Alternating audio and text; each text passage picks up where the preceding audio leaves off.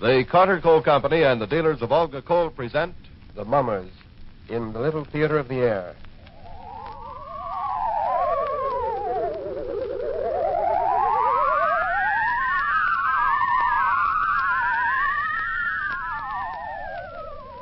Good evening, ladies and gentlemen. Well, by now we're getting a bit used to winter. We're like soldiers in the middle of a campaign, growing hardened to discomfort and better able to take it, and looking with longing toward the day when the war is won and there'll be plenty of everything again, including that good Olga coal. But like good soldiers, we can't afford to let down now that victory is in sight. We must work harder than ever to get every bit of heat from the coal we get, make it go further and use less. We must figuratively tighten the belts on our coal bins and wade into old man winter with a little less fuel and a little more heat from every ton. That can help make Hitler's ghost walk, which brings me to the Hermit, who's ready with a ghost story for you right now.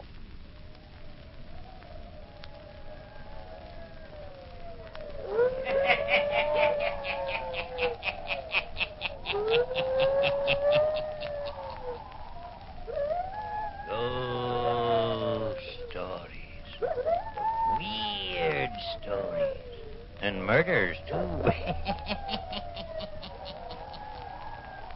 The Hermit knows of them all. Turn out your lights. Turn them out. Have you heard the story of Hanson's ghost? Eh? Then listen while the Hermit tells you the story.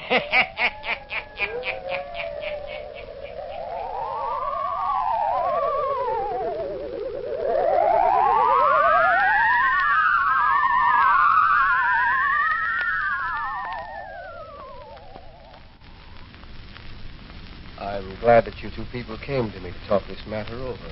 Well, we're glad, Dr. Thorndyke, that there is someone we can talk with before we go to see Uncle Hanson. I'm really all against going up to his old house. Marion feels it's because it was her father's last request before he died that she see him. Well, we decided to make the trip. I understand. We might as well tell Dr. Thorndyke the truth, Douglas. My father also said that Uncle Hanson has a great deal of money. He felt that it should be left to Douglas and me. You were the only rightful heir. Dad said that if Uncle Hanson knew us, got acquainted with us, he might come to his senses and leave some of it to us. You make us sound awfully mercenary, Mary. Well, it should belong to me. Uncle Hanson cheated my father out of part of the estate. Yes, I remember.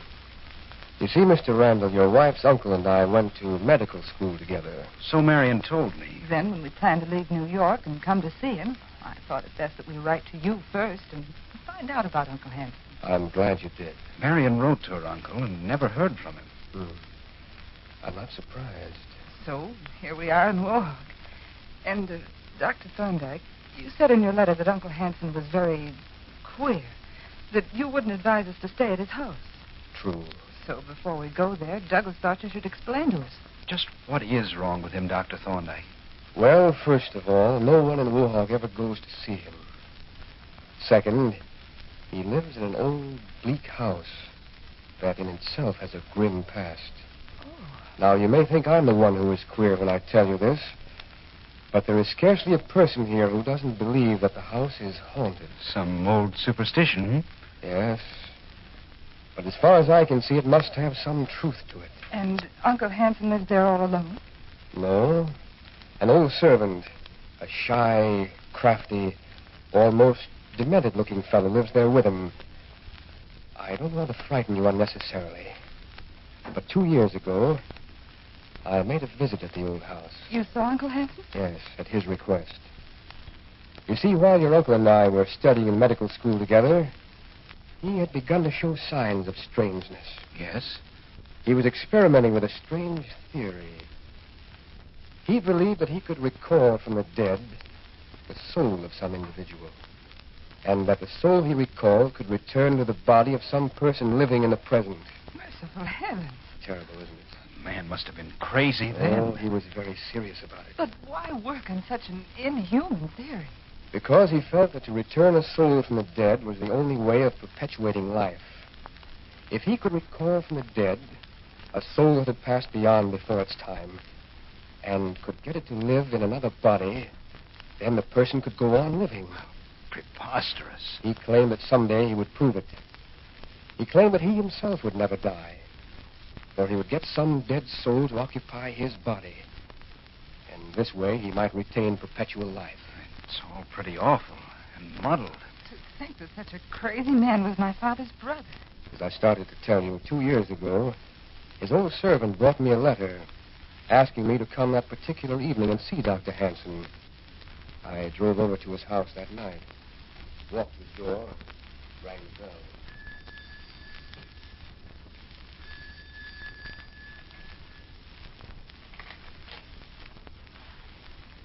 Yes?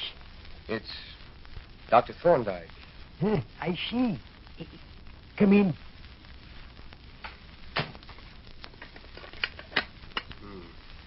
Keep it dark in here. I can't see where I'm going. The doctor needs it dark for his work. We don't care for the light. Will you tell Dr. Hanson that I'm here? He expects you. You can follow me up these stairs. All right. Can we have a light to see by? Your eyes will grow accustomed to the darkness like mine do.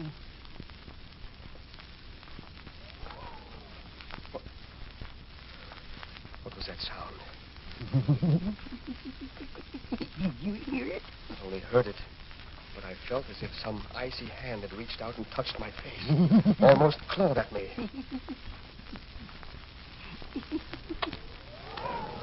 There. I felt it again.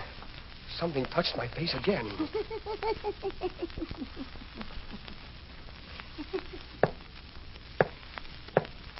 Come in. Hello, Philip. So you came, Thorndyke. Yes. I sent for you to prove my theory to you, Dr. Thorndyke. Yes, Philip. And don't look at me as if you thought I was demented. I'm not crazy. I never thought you were demented. Only obsessed. Dr. Thorndyke was visited by one of the wandering spirits on the way upstairs. Really? Something cold brushed against my face, if that's what you mean. The spirits that roam this house were trying to be kind to you. Trying to get into your body. Trying to give you new life. You're lucky. So, you're still working on that old theory, are you? Working. I have it practically complete. Now listen, Philip, if this is what you called me over tonight for, I can't stay and listen. I have calls to make. You always scoffed at me, didn't you? Never believed I could do it. Why would you want to do it, Philip? I have found a young soul that died too soon. The spirit of a man who was stabbed by his own wife. What do you mean? In this very house. Yes, he lived here. We know. Don't we know, Thread? Yes, we know. A young man who was stabbed by his wife. She went to prison for it. I remember the story. But about the spirit of that man, I'm able to recall. You did not know. Philip, this is nonsense. I'm about ready to call that spirit forth and get it to take abode in my body. Philip Hanson, I won't stay here and listen to such balderdash. You know what it will mean to me? I shall never die. Never. For once I've recalled one spirit to come and live in my body, I can recall others. I'm leaving. Wait, not yet. I shall never die. I shall have years and years to use my money. No one will be able to take it from me. It shall be mine for years to come, long after you are dead. I have no desire to live beyond my time, Philip. But I have. I'm going. Now, wait. I shall show you my experiment. Then you can go if you wish. What do you have cooking in that kettle? And in these test tubes? The essence of spirits. Turn down all the lights, Thrill. Yes, sir. Now I shall pass my body through the fumes coming from the steaming kettle. I shall put the fumes all about myself. Watch. And to make no sound. Now.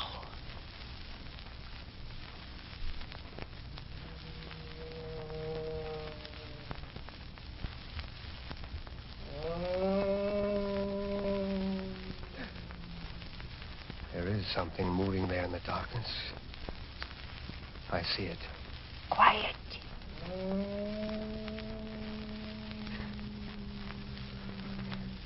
Where's the door? Let me out of here. I shan't stay another minute. Let me out of here.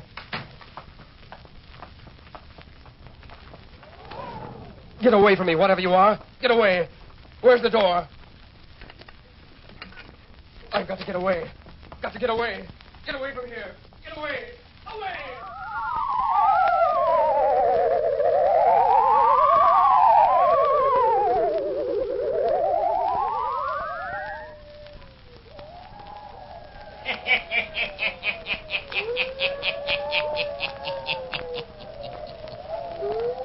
Thorndyke flees from the house, frightened by the strange, weird things he has seen. Is it true that Dr. Hanson is able to make a dead spirit return?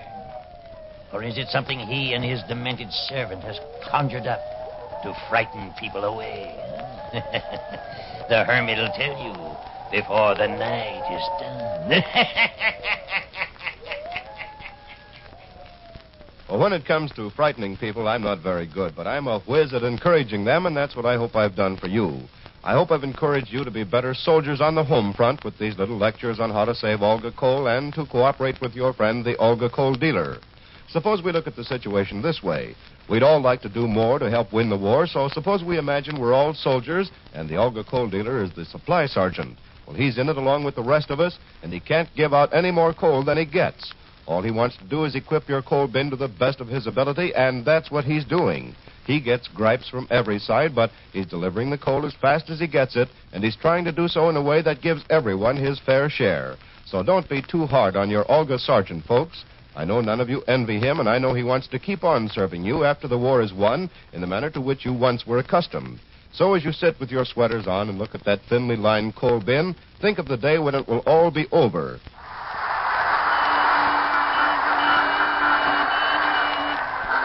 And you can once more take phone in hand and say, I want a whole bin full of that good Olga coal. That's right, the kind spelled O-L-G-A. Well, come on in, Hermit. You haven't even been here, and we've been telling ourselves stories.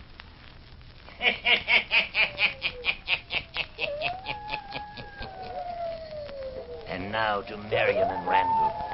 Dr. Thorndyke of the town of Ohog goes on telling the story of Marion's strange Uncle Hanson. Yeah, listen.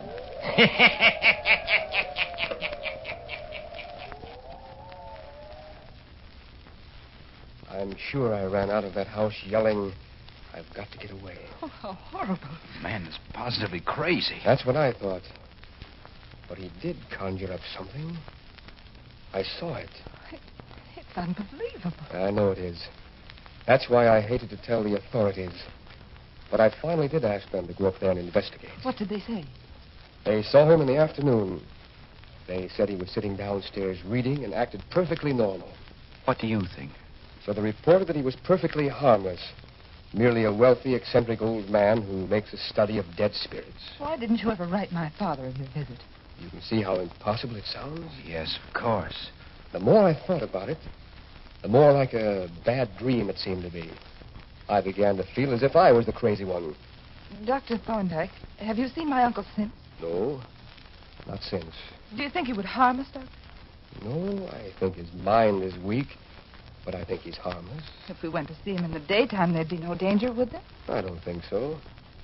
But I thought you ought to know my story first. Marion, you don't want to go up to the house after hearing Dr. Thorndyke's story. If Dr. Thorndyke thinks he's harmless, then to pay him a visit wouldn't be dangerous. It's up to you, Marion. I think we'll go. Tomorrow. And thank you, Dr. Thorndyke, for telling us your story. Perhaps it's all over now. It may be it was only shadows. Natural shadows and natural sounds that I heard and saw in that old house. Yet it was such a weird experience. I shall never forget it.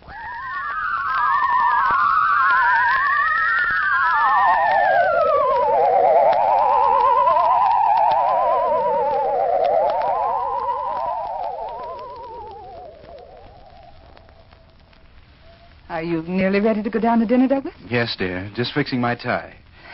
You know, the more I think about it, the more it seems as if it's Dr. Thorndyke who's demented. I know it. We've been visiting here 3 days at Uncle Hanson's, and I haven't seen him do one strange thing. Only this creaky old house gives me the jitters in the night. Oh, it's like all old houses. I could have sworn someone opened our door in the night and crept in. It's the story Thorndyke told. We're too much on our guard. Everything has a double meaning to us now. Maybe you're right. Sure I am. And Uncle Hanson has been awfully kind to us, and so pleased to see us. Uh-huh. Even this old servant of his isn't bad. He's been kind, too. He cooks good meals for an old duffer, doesn't he? Yes. And do you know what he said to me, Douglas? What? Well, he told me yesterday that Uncle Hanson was so glad we came to see him. So glad that you and I were sensible. Uh-huh. And that now he could die peacefully, knowing that we wouldn't waste his money for him. Well, it's all turning out better than I anticipated. Huh? You ready to go down to dinner? Already. He still works in his laboratory long hours, doesn't he? Yes. I asked him last night to let me see it, and he said perhaps he might tonight. Why do you want to go up there? Oh, just to see what he does. You can see that he's completely forgotten trying to restore dead spirits. I'm not afraid of him, honey. I guess you're right. So I just want to see what he does do up there in that room. Maybe we can tonight.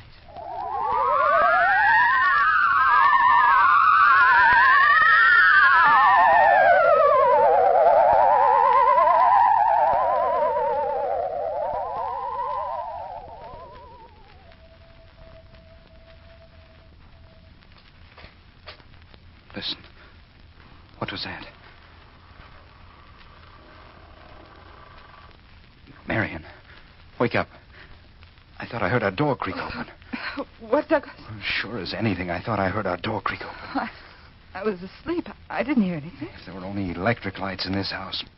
Where's that darn candle? There was one on the bedside table. I can't find a thing groping around in this dark. You've got yourself upset from visiting Uncle's laboratory. But he did have the most queer-looking gadgets up there, didn't he? Yes. Now, if I can only find a match.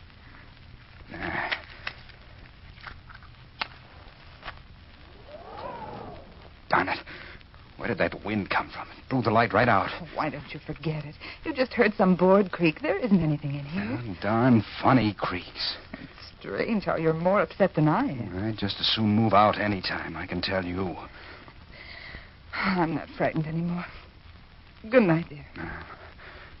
Good night.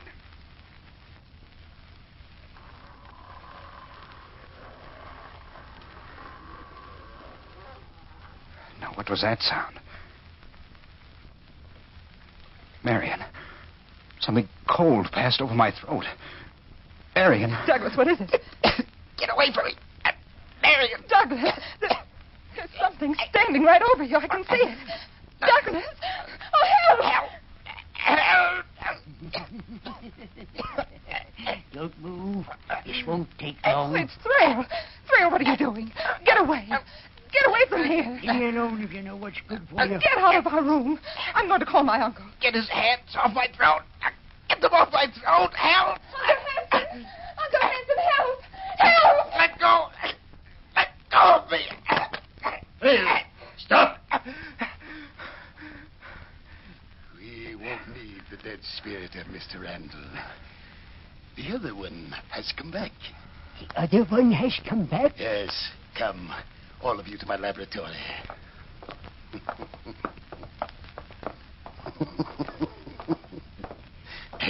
I captured the spirit trail as it wandered about the house tonight.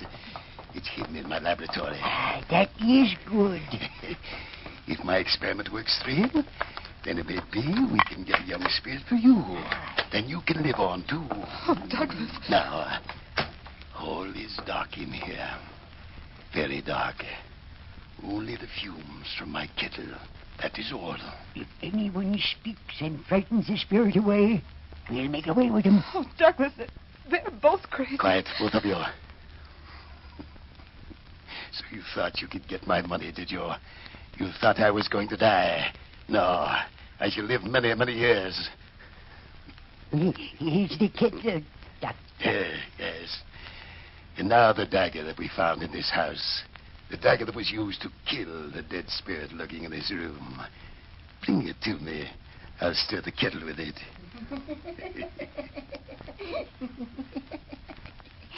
Here it is, Doctor. Yes. Now all very quiet, very dark, very still. And the fumes are rising. See, they cover me. Now, spirit, dead soul, wherever you are, come out. Come out.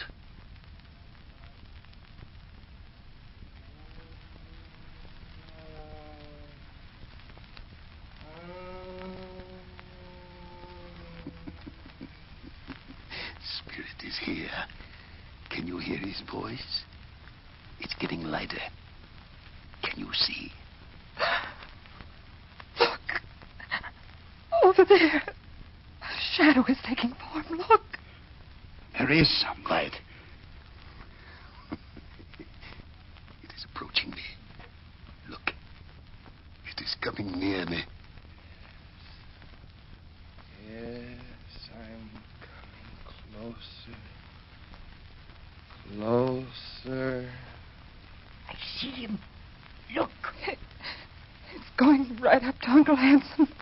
You wanted to call me back. Well, I am here. And I shall enter your body. Just as you wish. Dr. Hanson, I'm disappearing. Merciful heavens. What's happening? Look. See. Before you stands another man. He's done it. He's no longer Dr. Hanson. The spirit has entered his body. I'm back again. See this dagger in my hand. I'm back again. So you thought my wife killed me long ago, did you? Well, she didn't. I killed myself. Oh, look. I tried to kill her just as I'm going to kill you, Thrail. No. Yes, just as I'm going to kill you now. Have mercy. Dr. Hanson, come back. Take the spirit out of your body. He's going to kill me. Help! Help! You wanted to bring me back, didn't you? Save me. Save me. Help! Mary, Help! don't move. Stand right where we are. I'll see if I can save him. Help! Help me! Rail. Help! Here, this way. Here.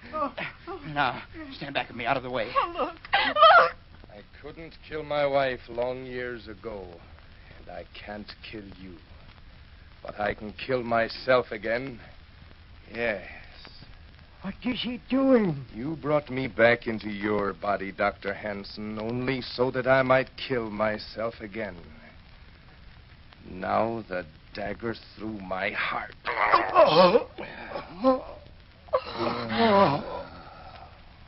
He's killed himself. Here, let me light a candle so that I can see.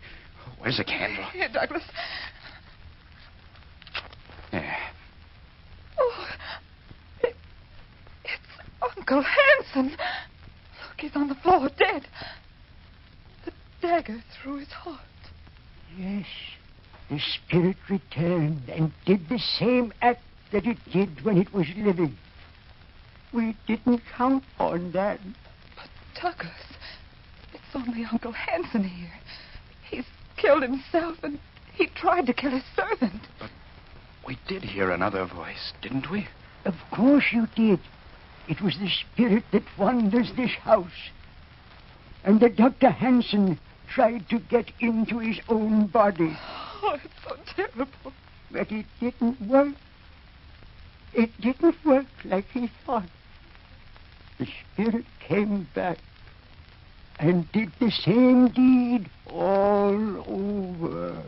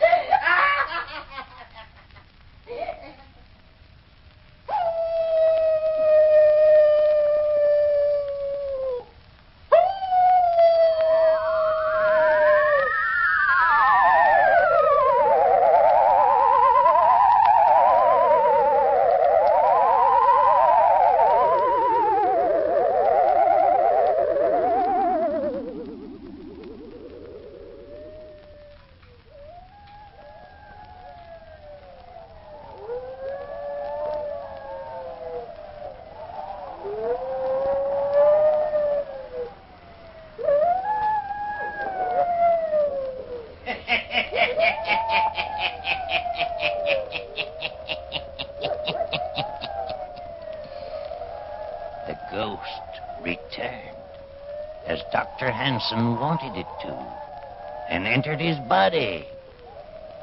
But it killed, just as it had when it was on Earth before. Yes.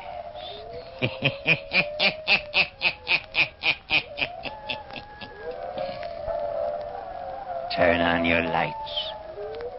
Turn them on.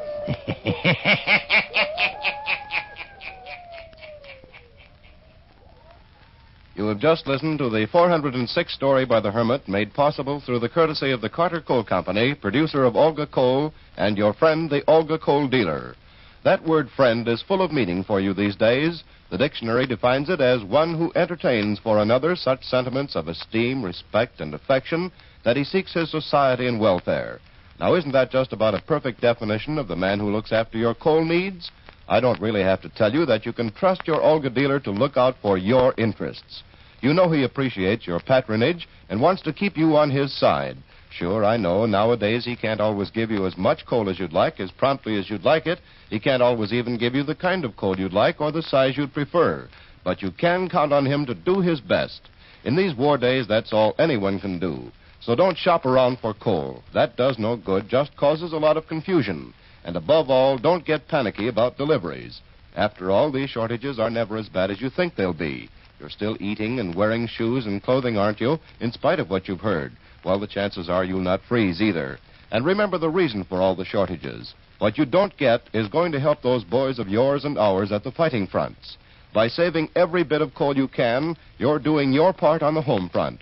And remember, when you do order coal, ask for Olga Coal, spelled O-L-G-A, by name. Olga Coal is a good buy because of its smokeless, dustless, economical qualities, so keep on asking for it. And keep on buying war stamps and bonds till it hurts the enemy so badly he'll throw up his hands and surrender. Buying war stamps and bonds is one way that everyone can help win the war, regardless of age, health, means, or occupation. Every penny you citizens of the United States and Canada put into war stamps and bonds weighs the balance that much further in our favor against the Japs and Nazis. Buy war stamps and bonds, and don't stop until the enemy gives up.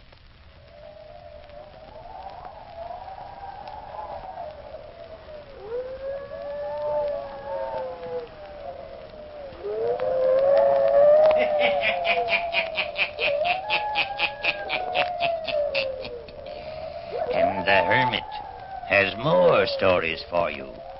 Listen in again next week for my hounds howling.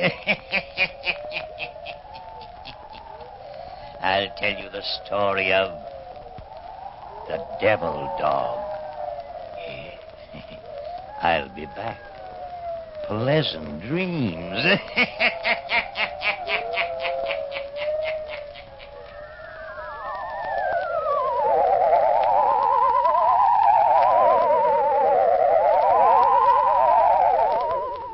All characters, places, and occurrences mentioned in the Hermit's Cave are fictitious, and similarity to persons, places, or occurrences is purely accidental. Jack Lellman speaking.